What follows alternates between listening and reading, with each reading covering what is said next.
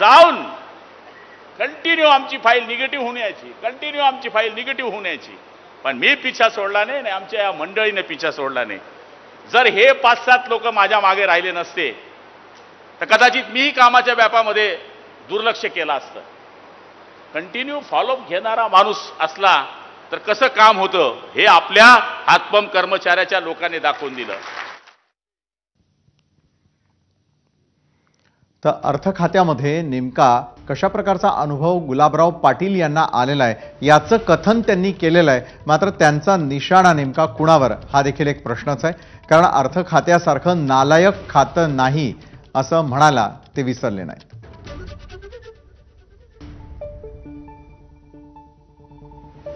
राष्ट्रवादी काँग्रेस अजितदादा गटाचे उमेश पाटील यावेळेला आपल्या सोबत आहेत. उमेशजी, अर्थ खात्यासारखं नालायक खातं नाही वक्तव्य आहे गुलाबराव पाटलांचं, काय नेमकं त्यांना अभिप्रेत असावं? आता ते गुलाबराव पाटील यांच्याशी बोलावं लागेल. नेमकं ते कुणाबद्दल बोलतायत, नेमकं ते राज्याच्या अर्थ खात्याबद्दल बोलतायत का केंद्रातल्या अर्थ खात्याबद्दल बोलतायत का इन जनरल फायनान्स डिपार्टमेंटच्या एकंदर प्रशासकीय कामकाजाबद्दल बोलतायत, हे त्यांना विचारावं लागेल आणि त्याच्यानंतरच मग आपल्याला प्रतिक्रिया देता येईल. गुलाबराव पाटील हे जबाबदार मंत्री आहेत आणि त्यांच्या खात्याला महाराष्ट्रातल्या इतर कुठल्याही खात्यापेक्षा सर्वात जास्त निधी जल जीवन मिशनच्या माध्यमातून त्यांना मिळालेला आहे. त्यामुळे मला नाही वाटत की ते अर्थ खात्याच्या संदर्भात किंवा राज्यातल्या अर्थ विभागाच्या संदर्भात बोलत असतील. ते तपशिलात त्यांच्याशी बोलण्याशिवाय समजणार नाही.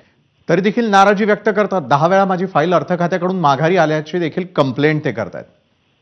अर्थ खात्यामध्ये ते खातंच असं आहे. वित्त विभाग हा त्याची नैसर्गिक मानसिकता त्या वित्त विभागाच्या यंत्रणेची अशी असते की त्या ठिकाणी शेवटी पैशाचा विषय असल्यामुळं प्रत्येक गोष्टीमध्ये नियमावली जी आहे ती तपासली जाते आणि त्याच्यामुळं त्या ठिकाणी क्युरीज काढल्या जातात. हा अनुभव प्रत्येक विभागाकडे येतो.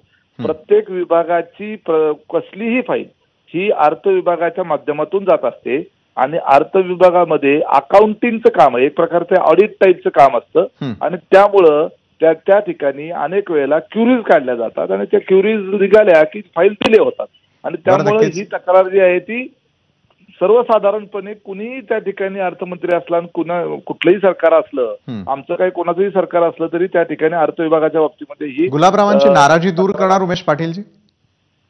त्यांची नाराजी आहे असं मला अजिबात वाटत नाही. मी तुम्हाला आताच सांगितलं की जलजीवन मिशनच्या माध्यमातून राज्यामध्ये त्या विभागाला, पाणी पुरवठा विभागाला सर्वात जास्त निधी प्राप्त झालेला आहे. नक्कीच हा तुमचा दावा आहे. मात्र गुलाबरावांना काय अपेक्षित आहे ते कळेलच. धन्यवाद, तुम्ही एबीपी माझा बरोबर बोललात त्यासाठी.